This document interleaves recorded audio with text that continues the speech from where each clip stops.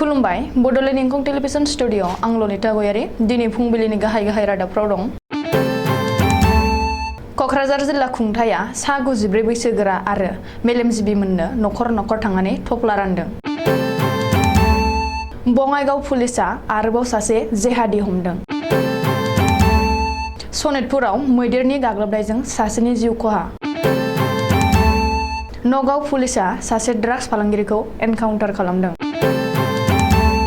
उत्तर प्रदेशआव स्कुटिनि बेटारि बेरफ्रुनानै सासेनि जिउ खहा आरो साथाम गोब्राब जोखोम। दानिया फैदो आबुं रादाबाव।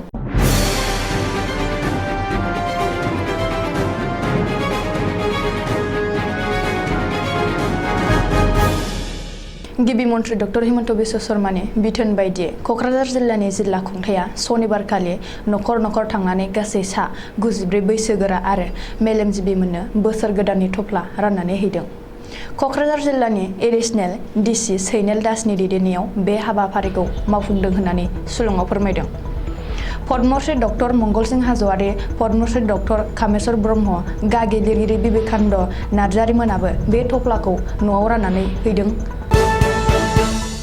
बङाइगाव जिल्लानि मानिकपुर थानानि बेन्दोंआव फान्दारा गामिनिफ्राय सनिबारखालि मोनायाव बङाइगाव पुलिसआ सासे जेहादीखौ सिनायनानै हमनो हाबावदों।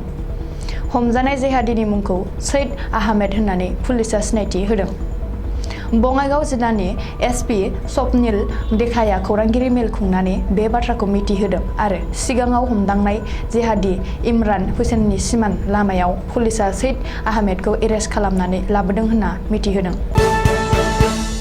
हाग्रानि जिब जुनारफोरा गुदु हाग्रानिफ्राय ओंखारबोना मानसि थाग्रा जायगाफ्राव हाबफैना आबाद फोथार, मानसि थाग्रा न'-बां आरो गोबां मानसिनि जिउ खहा खालामलांबाय।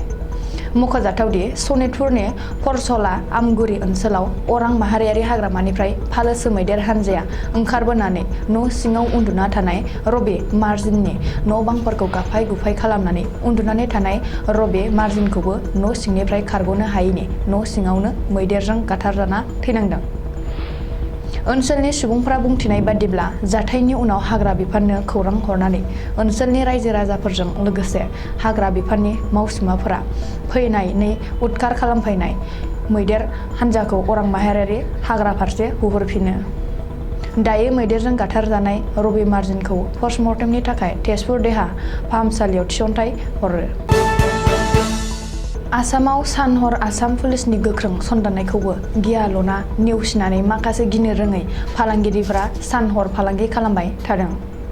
मख'जाथावदि सनिबारखालि नगावनि जुरिया कदमनि फोथाराव आसाम पुलिसआ सोर-सुलुं मोननानै गोख्रों सन्दाननानै मस्ट वान्टेड ड्राग्स फालांगिरि मजिल इस्लामखौ हमनो हायो। सुलुङाव मिथिनाय बायदिब्ला हमजानाय मजिल इस्लामनिफ्राय गासै 5 कौटि रांनि ड्राग्सखौ जब्द खालामनो हायो। पुलिसजों हमजानाय मजिल इस्लामआ पुलिसनि जेहादीनिफ्राय खारखोमानो नाजानायावनो गले-गले पुलिसनि तागिदा होसेयावबो मानियैनि पुलिसआ मजिल इस्लामखौ आथिङाव गावना होयो। दायो गोब्राब जोखोम जानाय मजिल इस्लामखौ देहा रैखाथिनि थाखाय नगावनि हस्पिटालाव थिसनथाय होदोंमोनब्लाबो गोख्रों फाहामथाय होनो गुवाहाटीनि JMC एइडस हस्पिटालाव थिसनथाय हरबाय। आथिखालनि बिगियाननि जौगानाय मुगायाव सुबुंफ्रा गुबुन आदब खायदाजों गुबुन इलेक्ट्रनिक मुवाफोर दिहुननानै बाहायसै आरो बैफोर गोदान आदब खायदाजों दिहुननाय इलेक्ट्रनिक मुवाफोरा माब्लाबा गिथावना थासारि सोमजिहोदों। अन्ध्र प्रदेशनि विजयाबाद गामिनि नखरसेनि न'आव 2-व्हिलार इलेक्ट्रिक स्कुटिनि बेटारिखौ बख'नानै उन्दुग्रा रुमाव चार्ज होना दोननाय समाव हरखाबै इलेक्ट्रिक स्कुटिनि बेटारिया बेफ्रुनानै सासे सुबुंनि जिउ गोमायो आरो साथामा गोब्राब जोखोम जायो। न' सिङाव इलेक्ट्रिक स्कुटि बेटारि बेफ्रुना जिउ गोमानाय सुबुंखौ बिजय कुमार होनना मिथिनाय जादों आरो गोब्राब जोखोम जानाय साथाम सुबुंफोरखौ देहा रैखाथिनि थाखाय देहा फाहामसालियाव थिसनथाय होबाय। दिनै फुंबिलिनि रादाबा एसेनोसै। गोजोन्थों।